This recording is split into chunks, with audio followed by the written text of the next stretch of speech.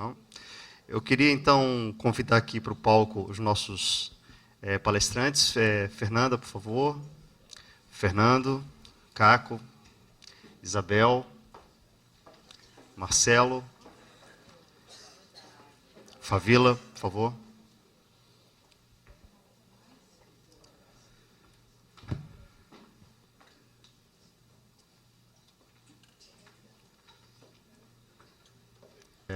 Então, essa sessão está aberta. Eu gostaria que, se alguém tiver alguma pergunta, por favor, se apresente para poder pegar o microfone e fazer a pergunta. Nós temos 4 livros para distribuir aqui para as 4 primeiras perguntas. Sobre compras sustentáveis. Ó, já temos uma mão ali.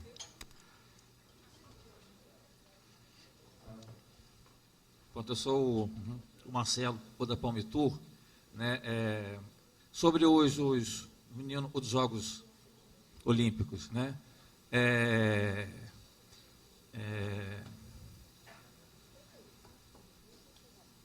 por exemplo, aqui a pergunta fugiu-me agora. Por exemplo, na foto, né, que você mostrou ali da área do porto, né, esse negócio todo, eu ouvi falar porque vai ter eventos, ou, né, dos jogos, shows, e coisas assim. Você pode falar algo sobre isso? Eu passei rapidamente, enfim, essa apresentação, a base dela é o dobro de slides, eu falo em 1h30, aí eu tive que tentar me adequar aqui aos 20 minutos, são os live sites. E aí você tem, está a cargo da prefeitura, alguns live sites, tem Parque Madureira, lá em Campo Grande, Rio 2016 tem os do Parque Olímpico da Barra, do Complexo Olímpico de Deodoro, e o outro da prefeitura, que é no Porto. Eu falei, é uma grande estrutura, são 3 palcos, que, enfim, a prefeitura ela ficou de bater o martelo em relação ao modelo operacional até o final do ano, ela está ainda em fase de captação, desenvolvimento, mas a proposta é que sejam 3 grandes palcos, um na Praça 15, um na Praça Mauá e o outro na altura da Gamboa, ali mais ou menos, nessa área que está sendo denominada Boulevard Olímpico, que é toda essa área recuperada desde ali do Museu Histórico Nacional até o armazém número 6, mais ou menos, do Cais do Porto, é um grande passeio público com ciclovia, árvores, etc. Tudo mais. Então ali vão ter esses 3 palcos, a ideia é que alguns galpões do Porto, armazéns de porto, sejam utilizados também para algumas atividades, de exposição. Esses palcos vão dar conta desde atração internacional a atração brasileira, são todas, enfim, atividades efetivamente gratuitas. Tem a perspectiva também de ter uma Casa Brasil, que o Ministério do Turismo está coordenando, junto com a Apex, etc., outros órgãos públicos, para demonstração enfim, da cultura brasileira, do patrimônio nacional, do potencial turístico, culinária, etc., etc. Basicamente, tem um vídeo, que quem quiser, tiver a oportunidade de jogar no Google, no YouTube, tem um vídeo sobre Boulevard Olímpico, Rio 2016, é um videozinho explicativo que a Rio Tour tem utilizado, é um projeto ainda em formatação, eu não tenho como precisar nomes, mas a proposta, basicamente, não sei se te respondi. E com projeção dos jogos, na verdade, você tem vários telões que vão estar passando os jogos online, de acordo com o que estiver acontecendo nas instalações. Obrigado. Tem um pessoal aqui pedindo para fazer pergunta.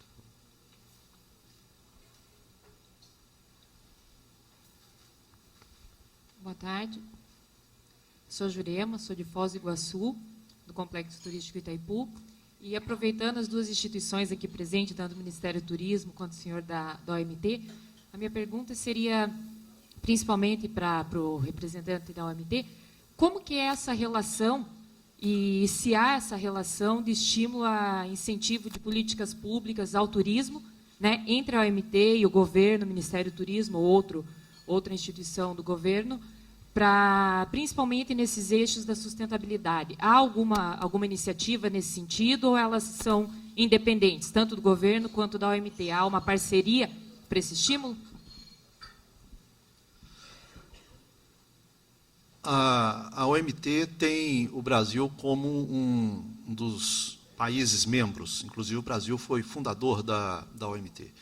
E o nosso programa de trabalho é feito a partir de uma pesquisa que fazemos a cada 2 anos com os países sobre quais são suas prioridades. As prioridades de cada país, de todos os países membros, 156, e aí fazemos o nosso programa de trabalho. Agora, a OMT, ao fazer esse programa de trabalho, produzir o trabalho técnico, as recomendações, por exemplo, temos muitas recomendações sobre acessibilidade, que foi o objeto da intervenção da Isabel Barnaski. Essas recomendações não são de aplicação obrigatória, são recomendações, são orientações que damos aos países, os países utilizam ou não, conforme queiram. São recomendações também que são aproveitadas ou aproveitáveis pelo setor privado, por destinos turísticos, por cidades, por estados, no caso do Brasil também. Então, existe essa maneira assim a maneira de trabalhar. Agora, podemos também desenvolver trabalhos específicos com países ou grupo de países. E o que fazemos vamos dizer, com o que pudermos fazer com Foz do Iguaçu, e já iniciamos conversas com Foz do Iguaçu sobre isso, sobre o observatório do turismo sustentável. Evidentemente, o governo brasileiro, por intermédio do Ministério do Turismo, dá a sua anuência, a sua aprovação a que a OMT trabalhe com um ente subnacional. Quer dizer, essa aprovação também já foi dada, né? Então, como estamos desenvolvendo essa metodologia, e foi ela aprovada agora por nossa Assembleia Geral em setembro último, vamos agora implementar esses observatórios com essa metodologia no Brasil e outros países. Quer dizer, é a partir do interesse que recebemos de entidades, de universidades, de destinos turísticos. E, no caso de Foz do Iguaçu, Itaipu se manifestou interessada em apoiar essa iniciativa, o que eu achei excelente, porque o trabalho que Itaipu desenvolve com o turismo é realmente exemplar. Então, existem muitas maneiras de a OMT, como outros organismos da ONU, trabalhar com os países membros, mas nós não temos uma convenção e obrigamos a aplicação de recomendações. Isabel, você quer complementar alguma coisa? Rapidamente. Acho que o Favila já colocou bem. Na verdade, o Ministério do Turismo tem essa responsabilidade na construção de políticas junto com a Secretaria de Direitos Humanos. A gente trabalha muito essa questão da acessibilidade. Nessas leis que foram citadas, inclusive a de inclusão de 2015, nós contribuímos e trabalhamos junto com eles, nesse sentido de buscar cada vez mais que o turismo contribua para essa inclusão. E nós trabalhamos com a questão muito da capacitação também, de orientar no sentido de que os estados, os municípios, como é que eles podem fazer para chegar a isso. Obrigado. Isabel, eu moro em Manaus. Está funcionando? Está escutando bem? Eu moro em Manaus e essa questão que você falou aí da acessibilidade é uma coisa fantástica, até porque quem mora nessa região norte é uma das coisas mais difíceis, né, da gente se chegar nos grandes centros, ou então de quem está aqui chegar lá no Amazonas. Para você ter uma ideia, eu saí ontem às 10 horas da noite de Manaus e cheguei hoje ao meio-dia aqui. Quer dizer, é muito tempo. Aí, desde que eu fui morar em Manaus, falam, Manaus é distante. Não é distante. A distância de São Paulo para Manaus é a mesma de São Paulo para Fortaleza. Então, na realidade, eu não estou aqui, cara, fazendo questionamento, mas, assim, que esse olhar dessa acessibilidade seja voltada também para essas regiões, que tem um potencial turístico imenso e que a gente hoje não recebe nem um quinto do que a gente poderia receber. Então, é só um apelo. Obrigado. Lineu Ricardo, do Hotel Bangalos da Serra de Gramado.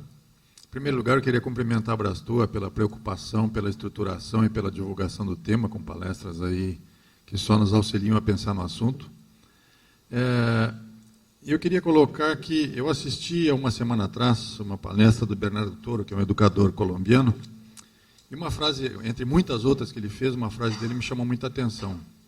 Ele falou que nenhum Estado consegue dar assistência médica para todos, mas o Estado pode dar saúde para todos. E dar saúde através de divulgação, educação, comunicação, utilizando a estrutura escolar, utilizando a estrutura das associações de bairro, utilizando a estrutura das associações empresariais, para fazer essa divulgação. E dentro disso tem uma série de temas, a obesidade, a cegueira. E vou dar um exemplo. É ignorância minha, logicamente, mas por fazer o check-up anual, eu teria ficado cego se eu não sabia que tinha que medir a pressão dos olhos sempre, né? Poderia ter ficado cego. Hoje eu tenho que tomar medicação contínua para controlar a pressão nos olhos. E assim uma série de outras coisas. A obesidade é um problema público, né? Então a pergunta é se existe esse pensamento de utilizar mais divulgação para poder, da sociedade, para poder fazer o assunto andar. Alguém quer comentar? Olha, no que cabe ao Ministério, a gente tenta divulgar muito essa questão justo da acessibilidade. Eu acho que isso é uma preocupação do Ministério da Saúde. As campanhas cada vez são mais efetivas, são mais contundentes com relação a isso, a alertar para que as pessoas tenham essa preocupação com a obesidade, com uma série de questões de saúde que, às vezes, não são observadas. Então, eu acho que existe isso por parte do governo, claro que por parte do Ministério do Turismo, no que nos cabe. Mas eu acho que o Ministério da Saúde está cada vez mais preocupado com essa divulgação.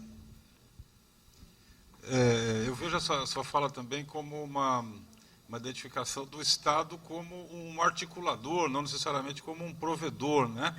E, nesse sentido, é muito interessante a observação que o Favila fez a respeito, o doutor Márcio Favila, nosso amigo, fez a respeito do turismo ser um instrumento e não um fim em si, né?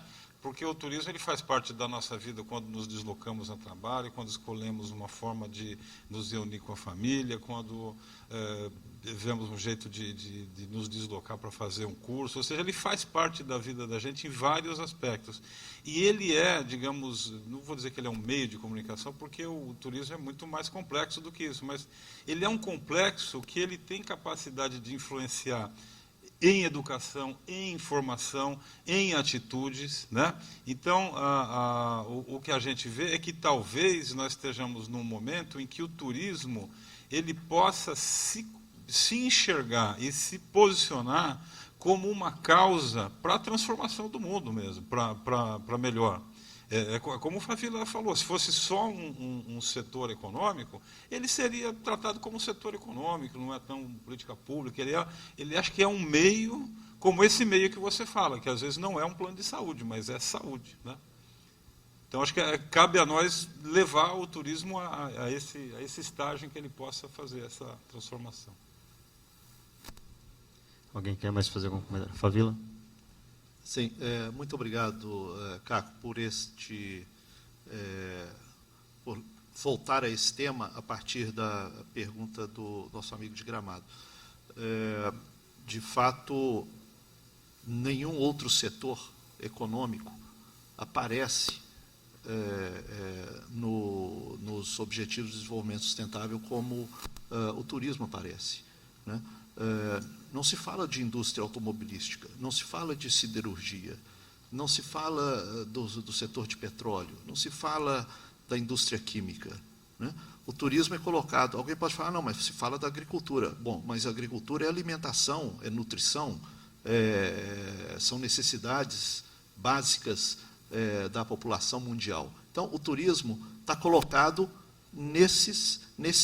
vamos dizer, em meio a isso, nesse contexto, né, de uma atividade econômica que é um instrumento para a consecução de objetivos maiores, né? Então, eu acho que nós do turismo, devemos ter isso em mente e nos sentirmos muito especiais, porque participamos, militamos em um setor que é reconhecido hoje como tal. As pessoas podem não entender, mas no dia a dia, do significado do turismo. Mas a comunidade internacional, um documento aprovado por todos os países do mundo, na Assembleia Geral da ONU, reconhece o turismo como parte desse movimento maior em prol do desenvolvimento humano, em prol do nosso planeta.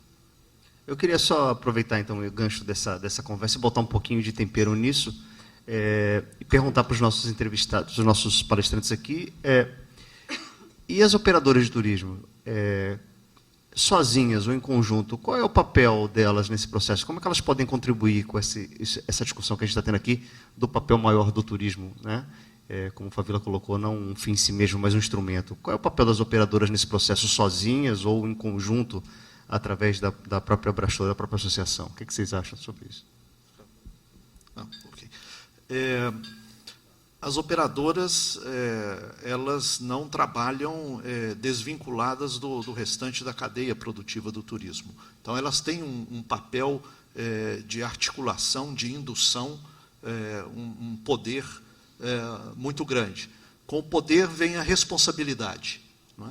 Então, nós vemos, pelo mundo afora, que grandes operadoras trabalham com o tema da sustentabilidade nos destinos turísticos, né? Talvez ainda nem todos queiram pagar, como consumidores, pagar mais para ir para um destino considerado sustentável, ou para um hotel que seja sustentável. Bom, mas os líderes é que têm que liderar, têm que puxar, têm que mostrar, têm que fazer o seu papel, não é?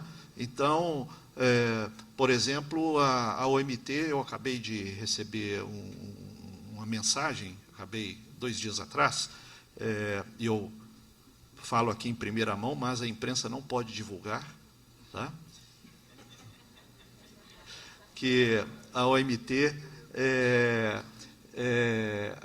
agora, a partir desse ano, é uma organização neutra em termos de emissão de CO2. Né? Então, se estamos falando sobre isto, se falamos da importância da sustentabilidade, nós temos que dar o exemplo, nós temos que mostrar, dar o exemplo, porque agora, com isso, a cada vez que realizarmos um evento em um país, isso é parte das discussões internas que eu quero levar à frente. Bom, o Brasil quer realizar um evento com a OMT, então, muito bem. Então, Ministério do Turismo, o que você vai fazer com os demais parceiros locais para que esse evento tenha um impacto neutro, né? Então, como nós estamos atingindo isto, agora podemos solicitar a que nossos parceiros também façam, mas nós temos que mostrar o exemplo. E assim eu vejo o caso das operadoras e o prêmio que a Abrastoa criou. Quer dizer, o prêmio é para estimular, para instigar, para reconhecer aqueles que estão fazendo e que esses reconhecidos, então, deem o exemplo para outros. Eu acho que as operadoras têm, sim, uma responsabilidade. E fala-se muito na aviação, fala-se muito nos hotéis. Vamos dizer, a hotelaria, o setor de acomodações, de maneira geral, os hotéis e outros tipos de acomodações, como também os transportes, mas nos transportes a aviação tem um papel muito importante, são os maiores emissores ou produtores de CO2 no nosso setor, né? Nosso setor, como um todo, produz 5% das emissões de CO2 no mundo, né? Esse é um dado aproximado, uma estimativa, ninguém tem o cálculo preciso. Desse total, desses 5%, aproximadamente 4 pontos percentuais são gerados pelos transportes e pela hotelaria de maneira geral. Bom, estão a aviação, as companhias aéreas, os fabricantes de aviões e as cadeias hoteleiras, os hotéis, fazendo algo nesse sentido para reduzir, para minimizar, para neutralizar suas emissões? Estão. Mas estão fazendo o suficiente? Provavelmente não. Então, eu acho que as operadoras, de maneira geral, estão. Mas estão fazendo o suficiente? Provavelmente podem fazer mais. Todos podemos fazer mais do que temos feito até agora. Alexandre, Obrigado, Fabiola. se eu puder, então, Lógico. contribuir um pouquinho, na lógica das compras sustentáveis que a gente estava falando, né, formas práticas das operadoras favorecerem a sustentabilidade é começar com o trabalho dentro de casa, como a gente tem visto muito no prêmio da Abrastor de sustentabilidade, você começar a gerenciar melhor o seu próprio negócio, a gerir melhor o seu próprio negócio, para reduzir o consumo de energia dentro da própria loja, né, da sua cadeia, reduzir o consumo de água, reduzir o consumo de papel e etc. Isso é um começo, é uma coisa inicial, mas que transforma também, porque passa a fazer parte do dia a dia das pessoas que trabalham ali, e aquilo se expande para as famílias, seja a dia familiar mesmo. E, ao mesmo tempo, essa percepção diferenciada do trabalhador começa a refletir também no seu próprio trabalho. Então, ela passa a atentar mais a opções sustentáveis. E, por sua vez, começa a oferecer mais opções sustentáveis. Então, como as operadoras podem trabalhar mais a sustentabilidade? Elas podem montar pacotes mais sustentáveis, elas podem buscar parceiros mais sustentáveis, parceiros mais responsáveis, fornecedores mais responsáveis, privilegiar empresas, hotéis, pousadas com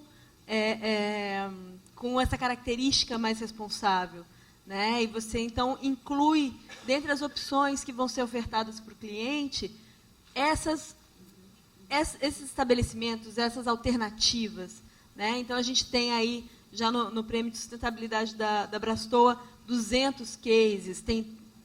A gente avaliou esse ano 20 hotéis, meios de hospedagem, né, nos termos corretos do meio. A gente avaliou 20 meios de hospedagem com alternativas mais sustentáveis, com práticas mais responsáveis. Então, é importante que as operadoras incluam isso na oferta para os seus clientes. E também que difundam junto aos seus clientes as práticas. Então, para que esses clientes montem o seu planejamento de viagem com opções menos intensivas em transporte, né? Então, que fiquem hospedados em locais próximos aonde querem visitar, que aproveitem a estrutura de transporte público, que façam mais trajetos a pé, né? E que tenham responsabilidade também no destino, cuidem do destino. Eu acho que o papel das operadoras é fundamental, tanto para trás, quando ela vai estabelecer quem serão seus fornecedores, quem serão seus parceiros, quanto para frente, na relação direta com o cliente. Então, é uma expectativa muito grande que a gente tem de que as operadoras se tornem um ator muito ativo de disseminação de práticas mais sustentáveis no turismo. Acho que, complementando o que a Fernanda falou, acho que no primeiro momento ela dá a opção para o cliente, né? Então, o operador montando um pacote, tendo a opção para o cliente, e acho que isso já é um bom passo. E nós, durante o dia, em algum momento nós somos consumidores. Então, e nós também privilegiarmos esses pacotes, essas opções. E só pegando o que o Fabiola falou, a gente acabou não falando no início do evento, mas esse evento é um evento neutro em carbono também. Nós vamos fazer a compensação de carbono desse evento e do prêmio mais tarde. Então, a sua passagem da Europa para cá já está compensada. Já. A vinda. Pessoal, alguma pergunta mais da plateia? Eu acho que isso, pois não? Boa tarde, meu nome é Roberta, eu sou engenheira ambiental da Companhia Caminhar Pão de Açúcar. E eu queria saber se vocês poderiam falar um pouquinho, discutir um pouquinho como acontece o diálogo entre o setor de turismo, entre o Ministério de Turismo e o Ministério de Meio Ambiente. Não necessariamente a nível de ministério ou secretarias municipais também. Para o que a gente tem de opções e de planos do governo para explorar o potencial que a gente tem em unidades de conservação, em parques nacionais, municipais, estaduais. Podem falar? Como é que é seu nome? Roberta. Roberta. Na verdade, o Ministério do Turismo e o Ministério do Meio Ambiente trabalham completamente alinhados nesse sentido. A gente tem vem trabalhando nessa questão dos parques já faz algum tempo, para ver a viabilidade de abrir a visitação em alguns parques, de que forma a gente faz isso de maneira responsável, como é que nós podemos evoluir nisso, quais as áreas e a infraestrutura que a gente tem que ter nesse sentido. Então, nós temos essa parceria, o Ministério do Meio Ambiente integra o Conselho Nacional de Turismo, que é um órgão que tem um colegiado com 71 entidades, né, privadas e públicas, e o Ministério do Meio Ambiente é bastante presente, então a gente está sempre nessa articulação e tentando melhorar essa questão da sustentabilidade relacionada ao turismo.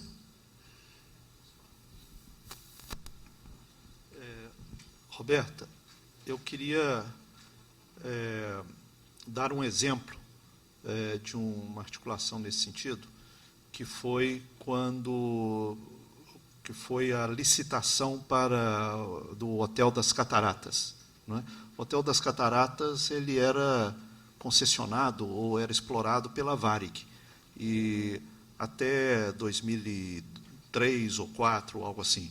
Então, ele está localizado num parque nacional. No entanto, ele pertence ao patrimônio nacional.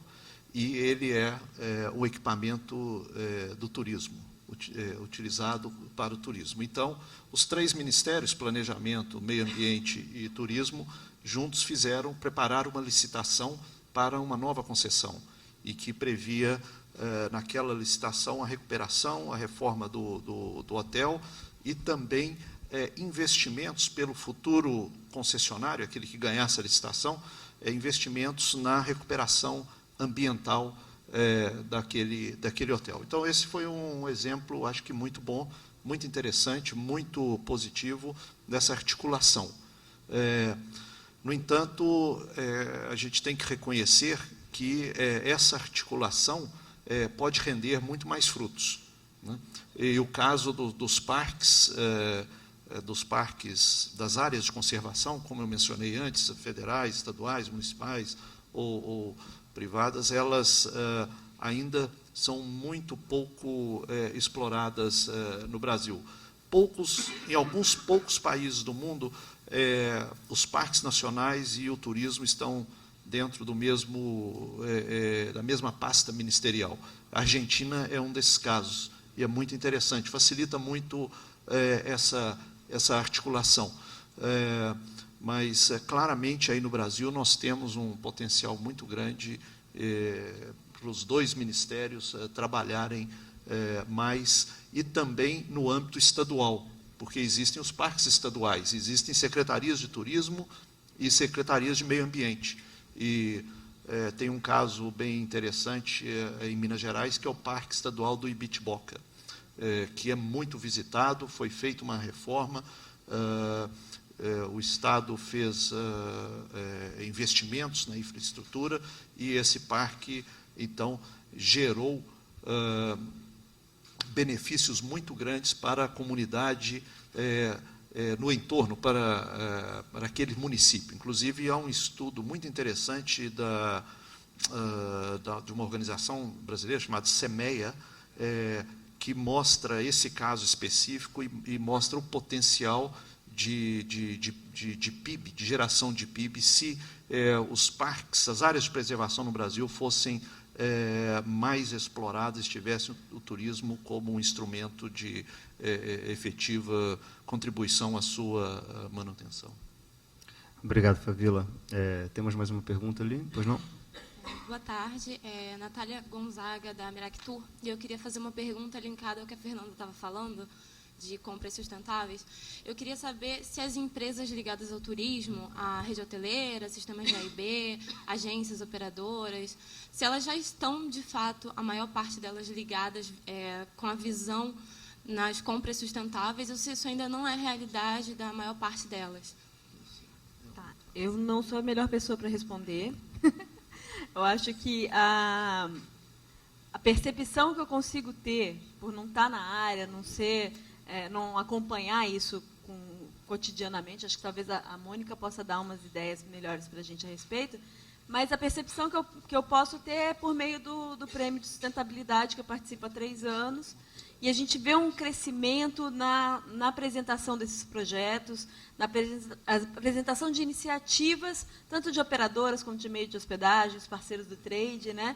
Tem um crescimento grande. Mas, no entanto, uma coisa que a gente tem percebido também é que é muito importante um salto nas iniciativas. É muito importante que as iniciativas deixem de ser o trabalho interno, que aí tem a ver com compras sustentáveis, mas tem a ver com uma certa, um aspecto meio de gestão ambiental da operadora também, mas que sejam mais ambiciosos. Partam desse patamar, desse início, que é muito importante, e sejam mais ambiciosos, deem um salto e passem a oferecer pacotes mais sustentáveis, a conversar com os seus clientes a respeito de sustentabilidade no turismo e tudo mais. Então, a gente vê, sim, um crescimento, vê, sim, uma evolução, um maior número de operadoras, principalmente, demonstrando seu interesse e sua iniciativa em fazer isso, mas ainda são poucas, pela a nossa percepção aqui, a minha percepção do prêmio, né, que é o nichozinho que eu consigo enxergar do setor, e que elas são exemplares, elas precisam... O grande barato desse prêmio é justamente a gente conseguir colocar a luz nessas boas iniciativas e demonstrar que tem mais gente fazendo, demonstrar o que é que está sendo feito. Então, é muito gratificante para todos nós, como jurados, assistir essa evolução e ter essa oportunidade de mostrar para todo mundo quem está fazendo melhor, quem está fazendo mais do que o seu próprio negócio, né? Então, eu acho que depois você podia perguntar assim, para a Mônica se ela tem mais informações sobre isso, mas o que a gente percebe é uma evolução, sim. Obrigado, Fernanda. Mais uma pergunta? Pois não? Boa tarde a todos. Meu nome é Wilza, eu sou da Wilza Tour de Goiânia. A minha pergunta é para o Ministério do Turismo. Já que nós estamos buscando tanto sustentabilidade, eu queria saber se o Ministério tem ou há algum projeto de criar um selo de sustentabilidade onde cada fornecedor recebe aquele selo de aprovação do Ministério e o operador tem essa garantia em estar oferecendo aquele produto.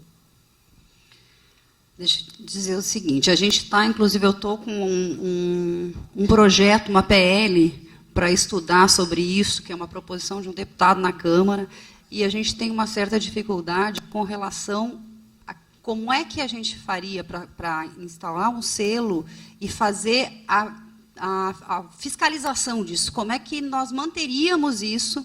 Então, isso é um problema, o Ministério não tem perna para isso ainda, a gente pensa, sim, em fazer, estamos estudando, apoiando, e uma das questões, essa do prêmio, a gente foi nesse sentido também, né, de o Ministério entrar como parceiro do Prêmio Brastoa, como uma forma de reconhecimento desses empreendimentos. A gente trabalha junto à ABNT, tentando buscar a questão da certificação e estimular que os empreendimentos se certifiquem em sustentabilidade. Está sendo estudada essa possibilidade, mas o nosso grande calcanhar de Aquiles, digamos assim, é de que forma a gente faria para auditar isso, né, para fiscalizar. O Ministério não tem braço hoje para isso. Eu queria adicionar a resposta da Isabel, que a gente tem no Brasil um sistema brasileiro de certificação, né, de avaliação da conformidade, que envolve normas técnicas, que são os requisitos, e envolve um programa de certificação que concede o que a gente chama vulgarmente de selo para os empreendimentos sustentáveis. Evidentemente que a gente tem isso que está bem funcionado, bem estruturado para a hotelaria. A gente tem uma norma, a BNT NBR 15401, que descreve um sistema de gestão sustentável para meio de hospedagem, mas nós estamos tendo demanda agora lá na BNT, na comissão que eu coordeno, de avançar em outros temas, como sustentabilidade para restaurantes, como sustentabilidade para operadoras, e, por que não, começar a discutir também uma coisa muito complexa e difícil de fazer, mas a gente precisa avançar, que é a sustentabilidade de destinos. E a gente está agora pensando em como ampliar o escopo da nossa comissão.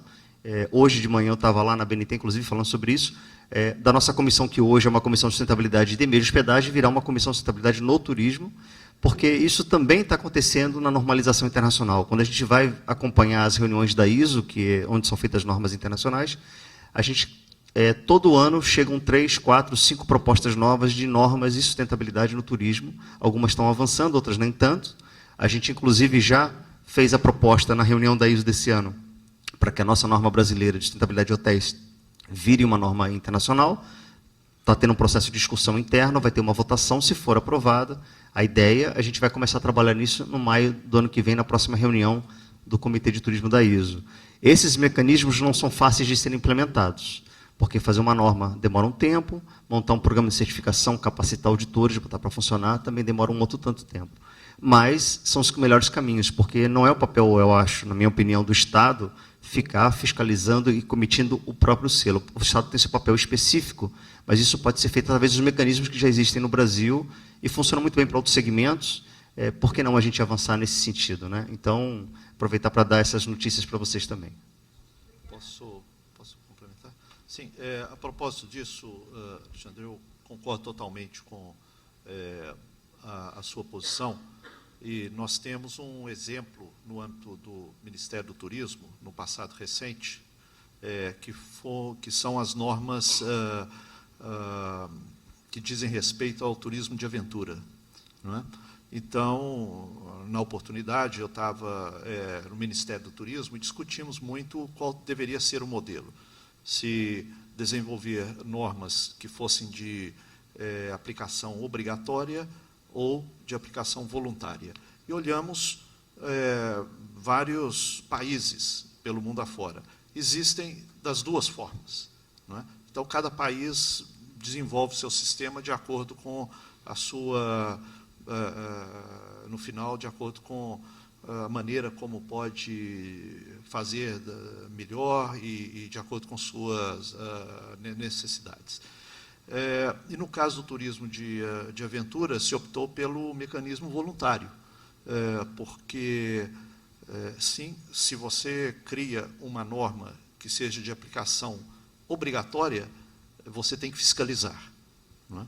Então, evidentemente, você não tem condições de fiscalizar o país inteiro, vamos considerar o turismo de aventura, que numa ponte em determinado local ou em qualquer situação, a pessoa resolve ali fazer o bungee jumping, quer dizer, não tem como o Ministério do Turismo, mesmo que descentralize toda a fiscalização, faça esse trabalho. E essas normas que foram desenvolvidas aqui, inicialmente pelo Instituto de Hospitalidade, depois com o Ministério do Turismo, no âmbito da ABNT, estas normas brasileiras, elas são o modelo para discussão de normas internacionais para o turismo de aventura no âmbito da ISO. Da ISO. A ISO tem o Comitê Técnico 228, que é o que diz respeito ao turismo, e tem vários subgrupos que tratam desse assunto. Então, é um processo, sim, demorado, complexo. A Turquia tem uma proposta para meios de hospedagem, aparecem propostas o tempo inteiro. Então, eu acho que por ali é um caminho que deve ser trilhado. Mais longo, mais difícil, mas quando você busca um consenso, pode levar mais tempo, mas o resultado é mais duradouro. Só para adicionar informação, complementando o que o Fabio falou, a norma de turismo de aventura de sistema de gestão da segurança já é uma norma ISO, já foi aprovada e já foi publicada no Brasil como uma norma BNT-NBR-ISO, e foi fundamentada e foi baseada na nossa norma brasileira, que começou em 2003, com esse movimento que o Favila falou. Demora tempo para vir um resultado, mas a gente hoje é considerado um player importante, um líder no mundo de normalização na área de turismo, lá no TC 228. Quando eu vou nas reuniões, eu tive a oportunidade de ser chefe da delegação brasileira esse ano e no ano passado. Quando você vai na reunião, o Brasil levanta a mão para falar, todo mundo para ouvir, porque a gente mostra competência nos trabalhos que a gente desenvolveu, a gente conseguiu construir essa agenda. Agora, se segurança, o caminho não é obrigatório, que sai em sustentabilidade, né? Ser obrigatório não faz muito sentido. A gente tem que realmente buscar os mecanismos voluntários para poder criar toda essa cadeia e fazer isso tudo funcionar. Sim, última pergunta. Boa tarde, parabenizando a Brastor, não só pelo prêmio, mas também pelo evento da tarde. Sou José Martins, do projeto Golfinho Rotador, em Fernando de Noronha, com uma origem em ciência, ambientalismo, e a gente foi chegando no turismo, e hoje chegando no turismo, trabalhando em vários setores do turismo de Fernando de Noronha, o que nos traz aqui ao Prêmio Brastou esse evento. Minha colocação vai muito em cima do representante da Organização Mundial do Turismo e da provocação do Alexandre, e do senhor que fez a pergunta sobre a comunicação, que na sua apresentação, desculpa, não me recordo o seu nome, o senhor colocou que o setor do turismo, muitas vezes, é mal visto e é visto só como mais uma atividade econômica.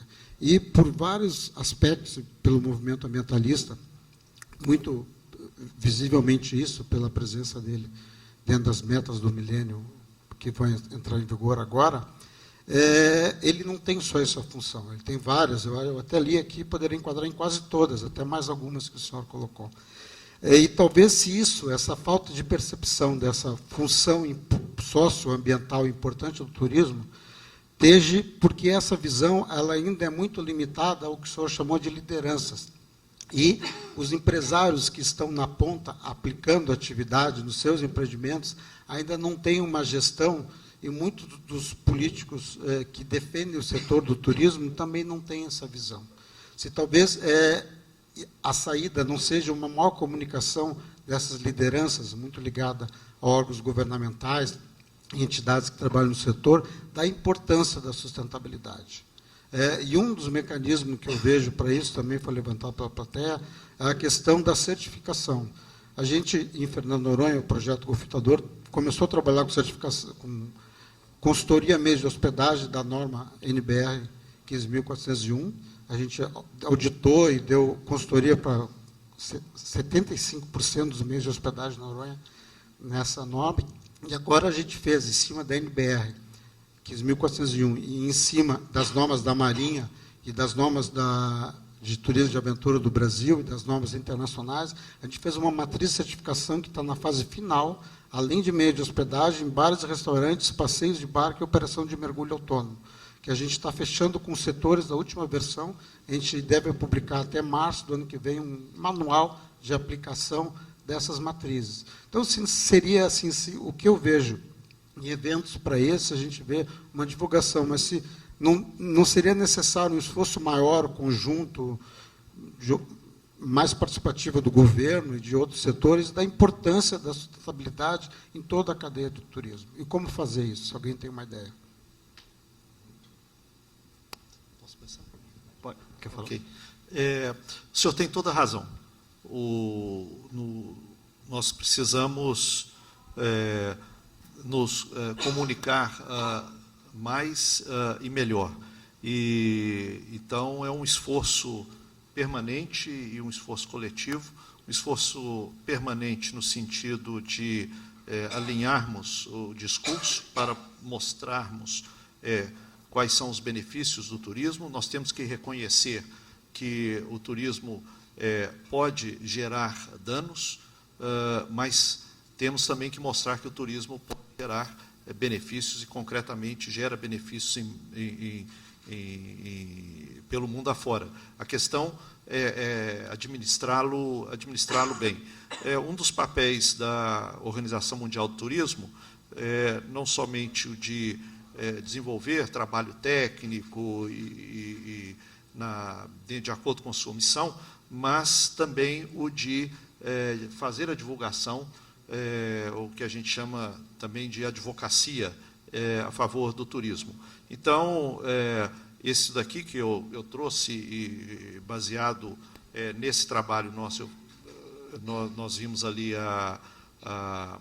aquele slide, que mostra exatamente, em cada um dos 17 Objetivos de Desenvolvimento Sustentável, o turismo pode contribuir, né, direta e indiretamente. Eu apenas citei alguns deles, né. O turismo contribui, está aqui explicitamente mencionado em 3 dos Objetivos de Desenvolvimento Sustentável, mas pode contribuir, sim, a todos eles. E eu acho que esse trabalho de informação, de divulgação, é importante que seja feito, é fundamental que seja feito por todos nós que estamos no turismo, não somente a OMT, mas, evidentemente, o Ministério do Turismo, as secretarias de Estado e municipais, mas o engajamento do setor privado é fundamental, não é? É fundamental. E mostrar o que as empresas estão fazendo, o que as entidades estão fazendo, mostrar história de pessoas que se beneficiaram, que tiveram a sua vida mudada pelo turismo, porque quando você mostra aquele benefício que uma pessoa recebeu pelo turismo, isso toca muito mais na mente, no coração das pessoas, para entender o que o turismo faz. Nós temos, na OMT, agora, recentemente, publicamos o segundo livro, que se chama Histórias do Turismo. A gente mostra casos pelo mundo afora de pessoas que tiveram suas vidas mudadas para melhor pelo turismo, desde o Vietnã ao Peru, a África do Sul, enfim, pelo mundo afora. Não temos história ainda sobre todos os países, né? Não temos ainda do Brasil, mas certamente no Brasil tem muitas histórias em que o turismo mudou a vida das pessoas, mudou a vida de comunidades, mudou a vida de destinos. Então, esse trabalho de divulgação é fundamental para mostrar que isso é possível. Quer complementar? Eu só queria complementar a fala do Dr. Favila, dizendo que o Ministério tem essa preocupação na divulgação. A gente entende que é necessário fazer isso junto à iniciativa privada e também aos gestores públicos. Nós temos para o próximo ano, inclusive no nosso planejamento, uma série de encontros de sensibilização e disseminação dessas questões de sustentabilidade para tentar incentivar a novas políticas públicas dos gestores estaduais, municipais, e essa questão dos empresários de entenderem a importância e o significado que isso tem no todo. Bom, a gente chegou ao nosso final do nosso prazo, do nosso tempo, exatamente às 5 horas. Eu acho que foi muito produtivo esse debate que a gente teve aqui. É uma pena, o evento acabou, para mim, passou super rápido. A gente poderia ficar aqui mais horas discutindo com as questões tão apaixonantes como a sustentabilidade e como o papel das operadoras nesse processo e como o turismo pode transformar. Eu acho que esse é o recado principal que a gente tira daqui.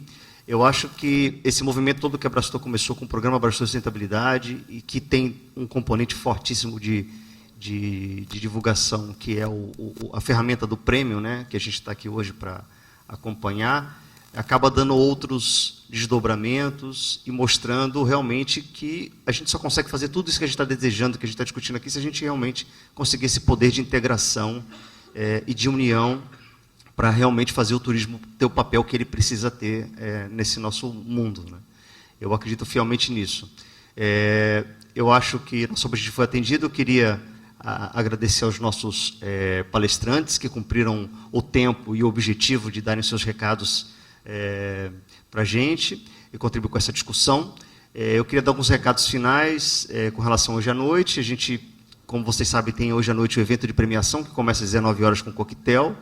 Esse evento é muito importante para a Brastor, é muito importante para o turismo, porque o papel do prêmio é divulgar as práticas sustentáveis, as ações que estão acontecendo em sustentabilidade no turismo, dar destaque a elas, incentivar e, principalmente, inspirar novas iniciativas, inspirar novas maneiras de ver, pegando um gancho da palestra do Caco, novas maneiras de você perceber o nosso papel enquanto empresário, enquanto empresas, né, na área de turismo, para poder fazer esse papel do turismo.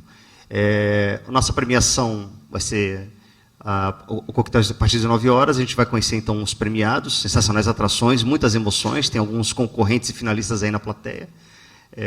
Mas vamos ter que esperar mais umas horinhas para a gente poder conhecer o resultado. E, para finalizar, eu queria também pedir uma salva de palmas para os nossos palestrantes, pela contribuição que eles deram para a gente na tarde de hoje. Muito obrigado. Pessoal, eu, em nome da Brastor, em nome dos associados da Brastor, em nome dos palestrantes que fizeram essa apresentação brilhante, eu queria agradecer muito. Nós temos certeza que nós plantamos mais uma semente. É a primeira vez que nós conseguimos realizar... Deixa eu subir aqui. É a primeira vez que nós conseguimos realizar essa atividade, que é fruto de todo esse trabalho de sugestões de aprimoramento que a gente vem fazendo ano a ano ao nosso programa Abrastoa de Sustentabilidade. Queria agradecer enormemente a imprensa que está aqui, que está nos ajudando a dar visibilidade a esse tema, a todas as questões que a gente vem discutindo.